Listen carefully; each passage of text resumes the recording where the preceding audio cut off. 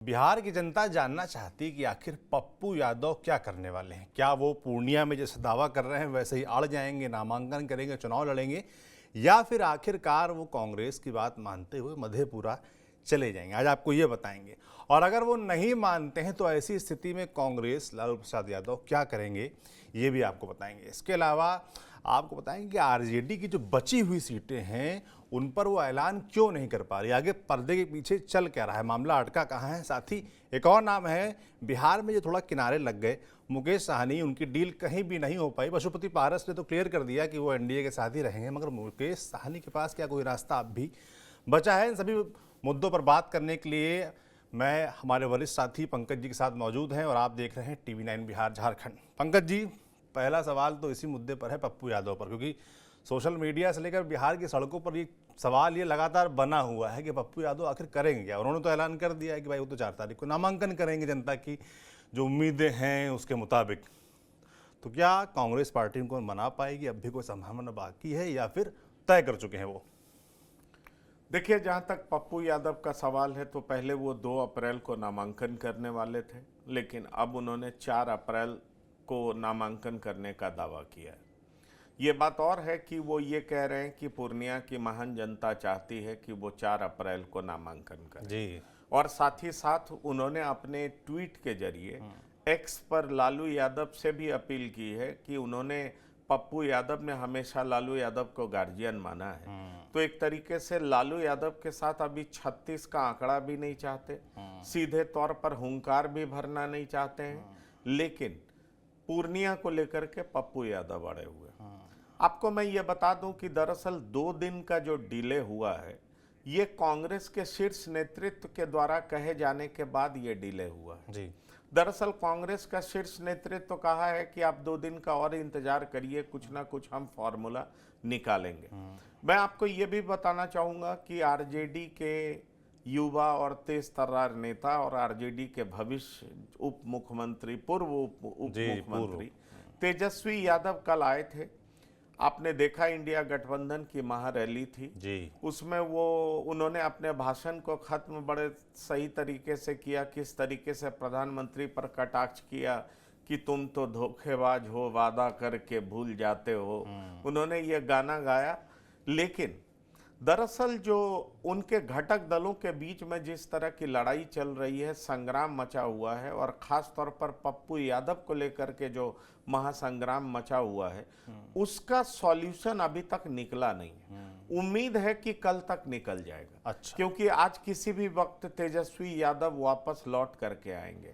और कहा यह जा रहा है कि चूंकि आरजेडी ने भी अपने कैंडिडेट की घोषणा वहां पर कर दी है, सिंबल दे दिया गया है, तो पप्पू को मना लिया जाएगा कि वो मधेपुरा आ जाए।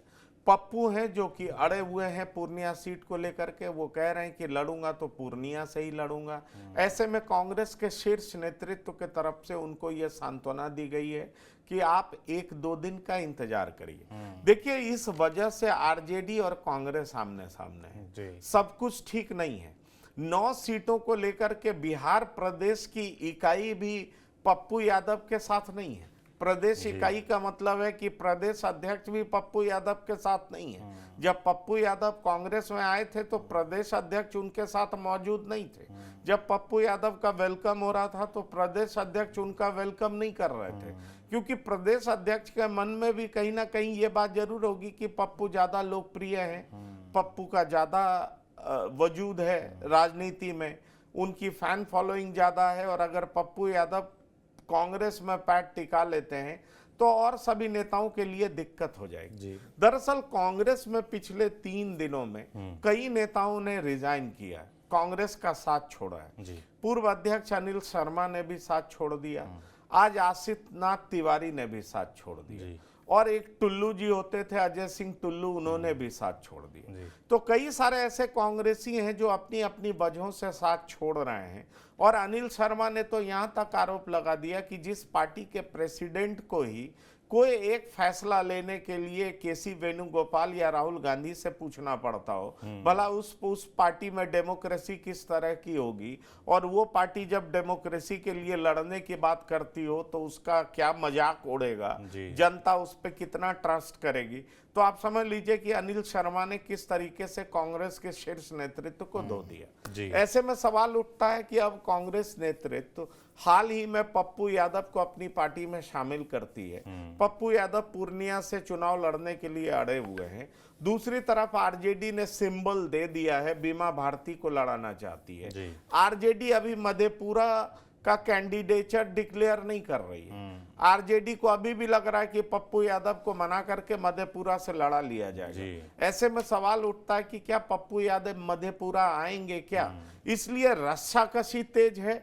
जहां तक आरजेडी से बात करें तो आरजेडी के नेता आपको बताएंगे कि साफ कांग्रेस को कम्युनिकेट कर दिया गया है कि अगर पप्पू यादव पूर्णिया से लड़ेंगे तो कांग्रेस को उनके खिलाफ कार्रवाई करनी होगी। अच्छा, अगर आप पप्पू खेमे से बात करेंगे तो उनका कहना है कि कांग्रेस का शीर्ष नेतृत्व तो पप्पू यादव के साथ है और पप्पू यादव को कहा है कि आप 1-2 दिन का इंतजार करिए, अभी आप उम्मीदें मत खोइए, बातचीत चल रही है। दरअसल आप कल के महागठबंधन की रैली को भी देखेंगे तो आप पाएंगे कि राहुल गांधी और तेजस्वी यादव के बीच कि जो बॉडी लैंग्वेज था वो बहुत अच्छा नहीं था। दरअसल माना जा रहा है कि वो पूर्णिया सीट ही है जिसको लेकर के कहीं ना कहीं पेंच उलझता जा रहा है। पूर्णिया पप्पू यादव को भेजा गया था और कहा यह गया था कि सीमांचल में आप मजबूत आधार तैयार करिए क्योंकि सीमांचल में मुसलमानों की आबादी ज्यादा है। कर्नाटक और तेलंगाना में जिस तरीके से मुसलमान कांग्रेस की तरफ वापस लौटे हैं, इसलिए यह माना जा रहा था कि जब आबादी ज्यादा है तो निश्चित तौर पर कांग्रेस को ज्यादा मशक्कत करनी चाहिए। इसीलिए आप देखिए कि पप्पू यादव ये तो कह रहे हैं कि लड़ूंगा तो पूर्णिया से ही लड़ूंगा, लेकिन लालू प्रसाद यादव को अभी भी गार्जियन बता रहे हैं। पप्पू यादव को जो कांग्रेस के शीर्ष नेतृत्व के द्वारा कहा जा रहा है कि आप धीरज रखिए, हम बात कर रहे हैं, लेकिन क्या बातचीत बनेगी वो आज तय होगा। क्योंकि तेजस्वी यादव दिल्ली से लौटेंगे और उसके बाद वो लालू प्रसाद से बात करेंगे। बहुत सारी सीटें जो फंसी हुई है उस पर जो पेच जो उलझा हुआ है शायद सुलझ जाए। लेकिन मैं आपको यह बता दूं कि अगर आरजेडी भी अपना सिंबल विड्रॉ करती है तो अति पिछड़ों में बहुत अच्छा मैसेज नहीं जाएगा। आज सुबह मेरी एक आरजेडी नेता से बात हो रही थी, वो कह रहे थे कि बीमा भारती सिर्फ पूर्णिया की ही नेता नहीं है, अति पिछड़े समाज से आती है, इसका पूरा असर भागलपुर में पड़ेगा, खगड़िया में पड़ेगा, बहुत सारी ऐसी एडजॉइनिंग सीट है जिसका असर पड़ेगा, सहरसा में पड़ेगा। इसलिए अगर हम इस तरीके से बीमा भारती को साइड लाइन कर देंगे तो ये ठीक नहीं होगा। एक दूसरे आरजेडी ने नाम नहीं डिस्क्लोज करने के शर्त पर बताया कि कांग्रेस के शीर्ष नेतृत्व को कम्युनिकेट कर दिया गया है कि आप आरजेडी के पॉलिटिक्स में इंटरफेयर मत करिए। हम कितनी सीटें देंगे आपसे पहले से बात हमारी चल रही थी, हमने आपको सीटें दे दी है, आप पूर्णिया पर क्यों अड़े हुए हैं? हमने पप्पू को पहले ही कह दिया था कि पप्पू यादव आप मधेपुरा से लड़ लीजिए। अब पप्पू यादव पूर्णिया चले गए, आपकी और उनकी क्या बात हुई उससे हमें क्या मतलब है? पूर्णिया हमारी सीट है, हम अपने उम्मीदवार उतारेंगे। इसलिए ये कांग्रेस और आरजेडी के बीच में पेच फंसा हुआ है। सवाल ये उठता है कि क्या कांग्रेस इतनी जहमत उठा पाएगी कि वो आरजेडी से आंख में आंख मिला करके बात कर सके? ये बड़ा सवाल है, क्योंकि आरजेडी के कुछ नेता यहां तक कह जाते हैं कि अगर पप्पू यादव चुनाव मैदान में उतरते हैं, अपना नामांकन दाखिल करते हैं, तो कांग्रेस को उनको सस्पेंड करना पड़ेगा। बिहार में फ्रेंडली फाइट जैसी कोई चीज नहीं होगी, ये आरजेडी के नेताओं का कहना है। सवाल ये उठता है कि जो कांग्रेस पप्पू यादव का वेलकम दिल्ली बुला करके करती है, पप्पू यादव खुद मीडिया के साथ बातचीत में ये कहते हैं कि प्रियंका गांधी का उनके पास फोन आया था। पप्पू यादव खुद कहते हैं कि पूर्णिया से चुनाव लड़े, ये गो अहेड कांग्रेस के शीर्ष नेतृत्व द्वारा किया गया था। ऐसे में अगर कांग्रेस के शीर्ष नेतृत्व की ही बात की कोई वैल्यू नहीं रह जाएगी तो फिर किसकी वैल्यू रह जाएगी? पप्पू यादव साफ साफ इशारा कर रहे हैं, लेकिन अभी वो कांग्रेस के शीर्ष नेतृत्व पर भी भरोसा जता रहे हैं और साथ ही साथ लालू प्रसाद से गुहार भी लगा रहे हैं। अब देखना दिलचस्प होगा कि कांग्रेस और आरजेडी के बीच पूर्णिया को लेकर के मचा घमासान कहां जाकर के थमता है, क्योंकि इस बात को हमें नहीं भूलना चाहिए कि बगल का मधेपुरा सीट भी डिक्लेयर नहीं हो रहा। अगर पप्पू वहां से नहीं लड़ते हैं तो प्रोफेसर चंद्रशेखर एक उम्मीदवार हैं, आनंद मंडल, बीपी मंडल, आपको याद होगा मंडल कमीशन, दरअसल वो बीपी मंडल ही थे जिनके नाम पर मंडल कमीशन तैयार हुआ था। मंडल कमीशन बनाने में उनकी भूमिका थी।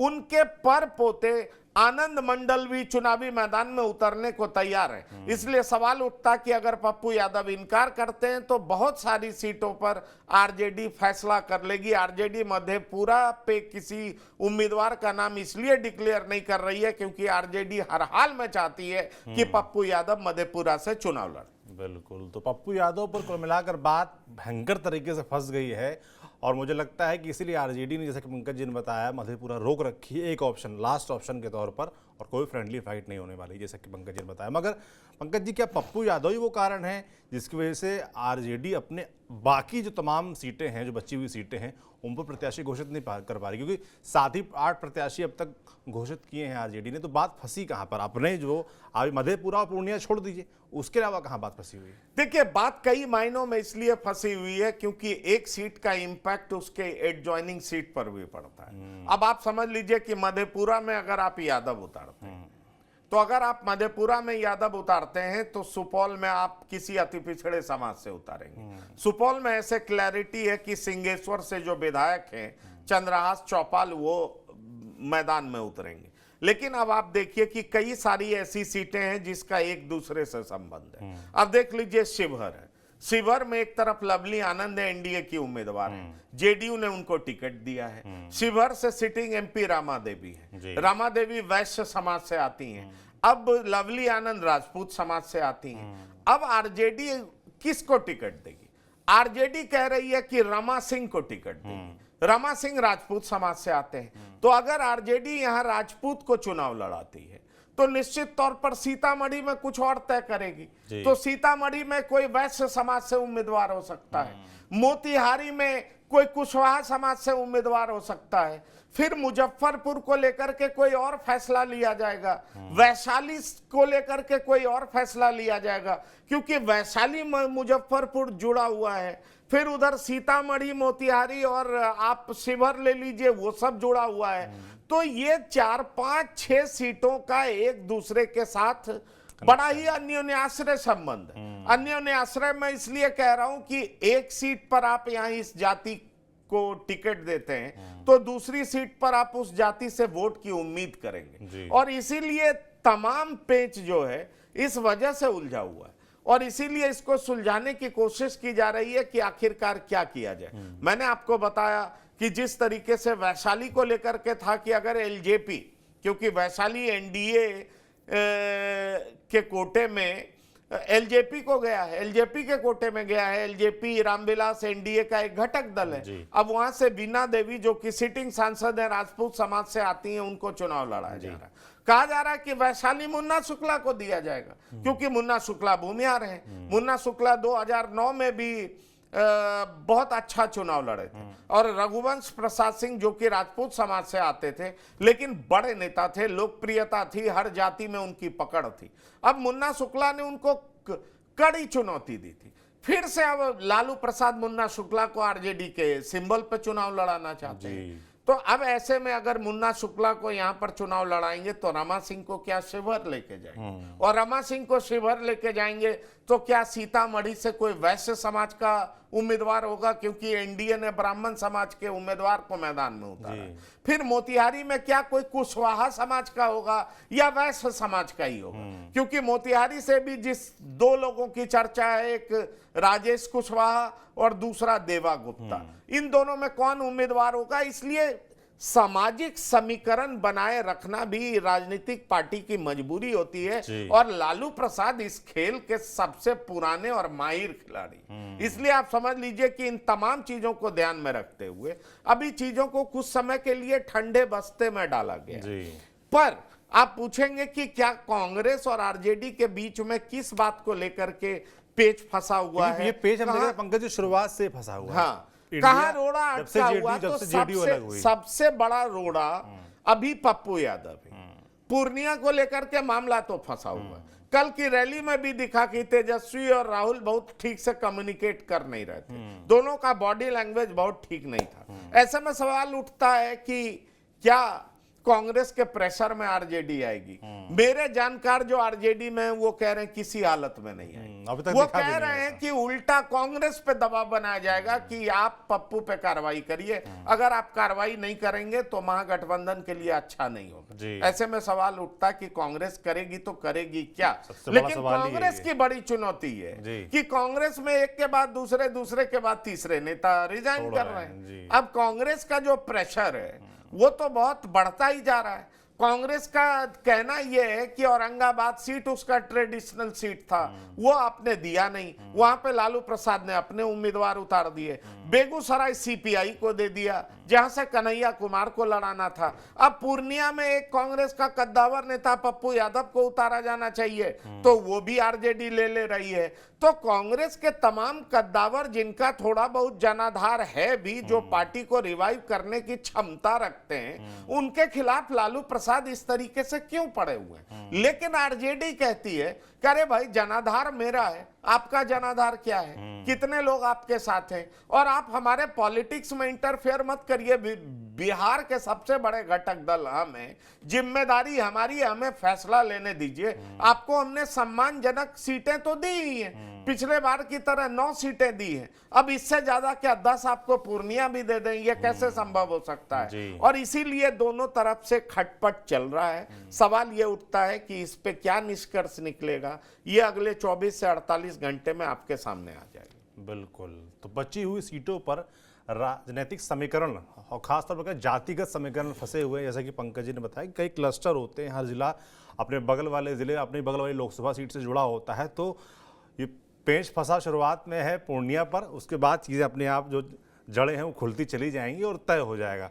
पंकज जी, आपने लालू प्रसाद यादव को भी नाम लिया कि वो सबसे माहिर खिलाड़ी हैं इस पूरे खेल में अगर देखा जाए, मगर लालू प्रसाद यादव को अगर देखें हाल में तो उनके कुछ बयान नहीं आ रहे हैं।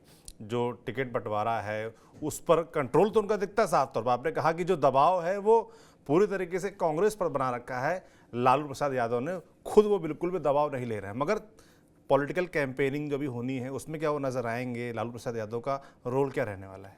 देखिए, लालू प्रसाद यादव निश्चित तौर पर नजर आएंगे। बाहर हैं, ठीक है, वो बहुत एग्रेसिव कैंपेन नहीं करेंगे, लेकिन लालू प्रसाद यादव कैंपेन करेंगे। और आप ये जान लीजिए कि लालू प्रसाद के कैंपेन करने का असर भी आपको दिखाई पड़ेगा। लालू प्रसाद रणनीति में भी जिस तरीके से जुड़े हुए नजर आ रहे हैं, खास तौर पर हर सीट पर वो जिस तरीके से अपनी सूझबूझ का परिचय दे रहे हैं, अगर वो असरदार होता है तो निश्चित तौर पर ये क्रेडिट लालू प्रसाद को ही जाएगा।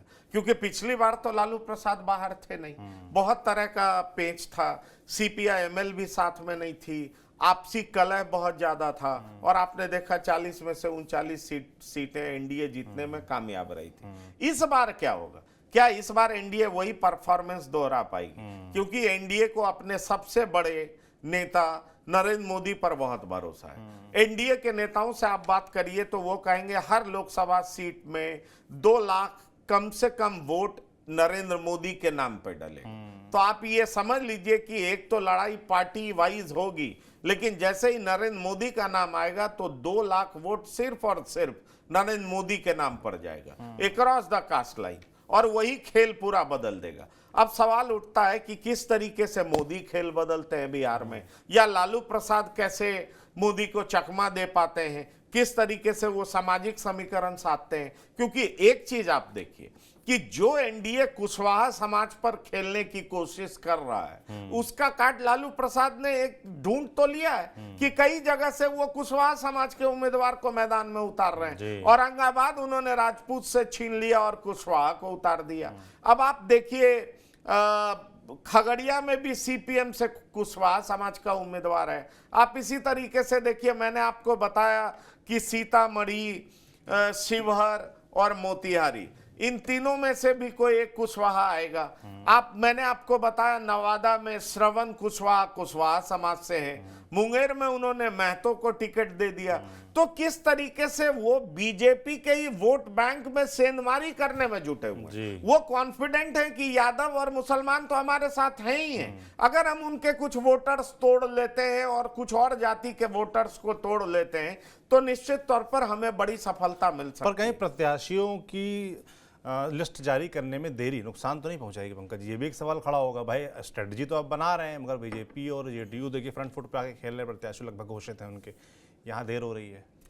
देखिए, इसका कई बार नुकसान भी होता है और कई बार आप सही सामाजिक समीकरण साध लेते हैं तो इसका नुकसान नहीं भी होता है। अब ये सवाल उठता है कि बिहार में क्या होगा, ये देखना दिलचस्प है, क्योंकि एक बात तो बहुत तय नजर आ रहा है कि अगर आप फैसले लेने की बात करें तो एनडीए ने तो काफी पहले फैसला ले लिया। एनडीए ने बता दिया कि इस सीट पर उसके ये उम्मीदवार होने जा रहे हैं, लेकिन महागठबंधन में अभी भी औपचारिक तौर पर अनाउंसमेंट नहीं हो रहा है। पूर्णिया को लेकर के अभी भी मामला फंसा हुआ है। ऐसे में सवाल उठता है कि क्या देरी से निर्णय का खामियाजा महागठबंधन को चुकाना पड़ेगा, क्या इंडिया अलायंस को चुकाना पड़ेगा? ये तो देखिए परिणाम के बाद ही स्पष्ट हो पाएगा। लेकिन इससे कहीं ज्यादा महत्वपूर्ण है सामाजिक समीकरण को साधना, क्योंकि लालू प्रसाद के लिए लोकसभा चुनाव इंपॉर्टेंट है, पर लालू प्रसाद के लिए इससे कहीं ज्यादा इंपॉर्टेंट आने वाला विधानसभा चुनाव है, क्योंकि इसी समीकरण को वो आगे ले जाना चाहेंगे और विधानसभा में सुपरहिट कराना चाहेंगे। लालू प्रसाद ये मान रहे हैं कि उनके बेटे अब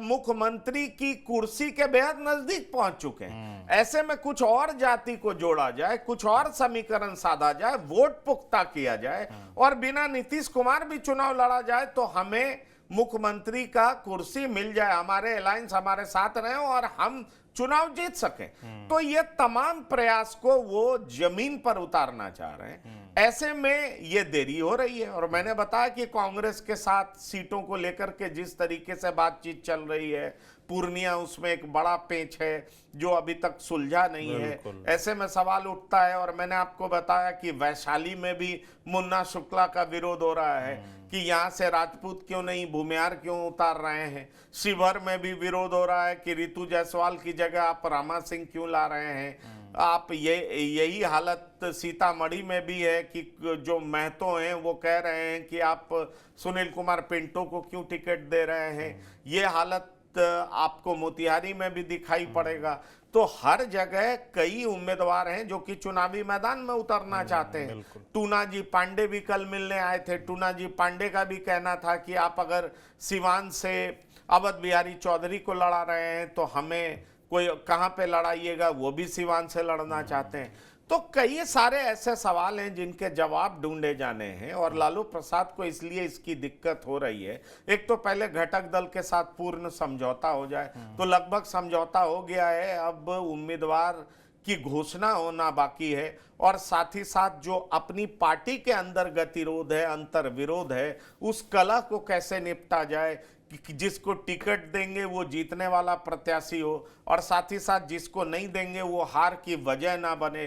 तो इन तमाम चीजों को कैसे साधा जाए उस कोशिश में लालू प्रसाद जुड़ते हुए दिखाई पड़ रहे हैं। ऐसे में सवाल उठता है कि किस हद तक कामयाब होंगे, ये तो चुनाव का परिणाम ही बता पाएगा। लेकिन अगर आप मुझसे पूछेंगे तो मैं आपको बता दूं कि आरजेडी तय मान रही है कि 26 में से 8 से 9 आरजेडी जरूर जीतेगी। अच्छा। और कांग्रेस भी 3 सीट जीतेगी।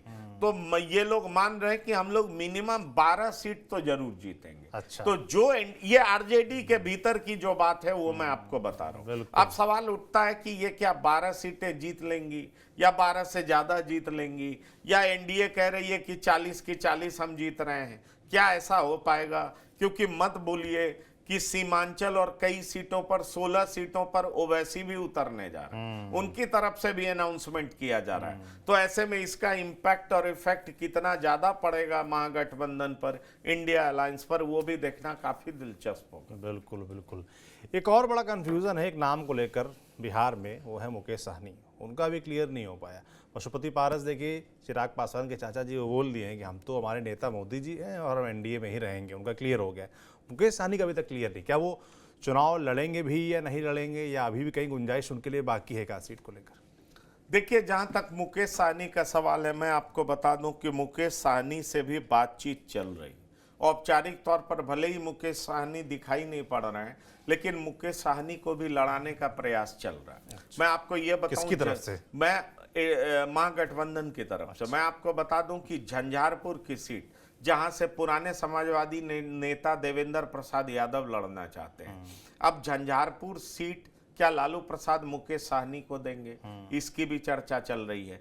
क्योंकि पहले तो खगड़िया की भी बात हो रही थी, तो खगड़िया सीपीएम को दिया जा चुका है, और झंझारपुर में जो निषाद समाज है, मल्लाह है, उसकी संख्या बहुत ज्यादा है। ऐसे में सवाल उठता है कि झंझारपुर लालू प्रसाद आरजेडी के पास ही रखेंगे या मुकेश साहनी को देंगे, ये देखना दिलचस्प होगा। और साथ ही साथ कहा जा रहा है कि वाल्मीकि नगर से भी लड़ाया जा सकता है, ये भी चर्चा चल रही है। मुकेश साहनी वैशाली पे भी नजर गड़ाए हुए हैं। अब सवाल उठता है कि ये लालू प्रसाद हैं जिनको फैसला लेना है, पर मैं आपको ये बात बता दूं कि मुकेश साहनी भी अभी सीन में है, सीन से आउट नहीं है। मुकेश साहनी से महागठबंधन की बातचीत चल रही है। महागठबंधन का एक धड़ा ये मानता है कि मुकेश साहनी को लाने का फायदा होगा, जबकि एक दूसरा धड़ा है वो मानता है कि मुकेश साहनी का फायदा नहीं होगा। ऐसे में सवाल उठता है कि जिस पार्टी ने पूरे तरीके से अधिकृत कर दिया है लालू प्रसाद यादव को कि वो फैसले लें, तो लालू प्रसाद यादव क्या मुकेश साहनी को सीटें देंगे, और देंगे तो कितनी सीटें देंगे? सवाल ये उठता, क्योंकि आप वीआईपी पार्टी से बात करें तो उनके नेता बहुत कुछ कहते हैं, पर एनडीए को लेकर के भी वो होपफुल थे, पर बात बनी नहीं। महागठबंधन को लेकर के भी होपफुल हैं, पर क्या बात बनेगी ये तो लालू प्रसाद यादव को तय करना, और बात बनेगी तो किस शर्त पर बनेगी ये देखना दिलचस्प होगा। क्योंकि मुकेश साहनी के पास अब बहुत सारे विकल्प तो है नहीं, सिर्फ एक विकल्प बचा हुआ है, इसलिए वो बहुत कि बार्गेन करने की स्थिति में नहीं है। इसलिए देखिए आने वाले 24 से 48 घंटे में यह भी साफ हो जाएगा कि मुकेश साहनी का होने क्या जा रहा है। बिल्कुल, तो आने वाले 24 से 48 घंटों में बिहार में जो भी पॉलिटिकल गतिविधियां बची हुई हैं, जिन जो सवाल बचे हुए हैं, उनके जवाब मुझे लगता है मिल जाएंगे, चाहे वो पप्पू यादव से जुड़ा हो, चाहे आरजेडी के बचे हुए प्रत्याशियों से जुड़ा हो, या फिर मुकेश साहनी से जुड़ा। बाकी जो भी अपडेट्स ऐसे आते रहेंगे हम आप तक पहुंचाते रहेंगे। आप देखते रहिए TV9 डिजिटल। शुक्रिया।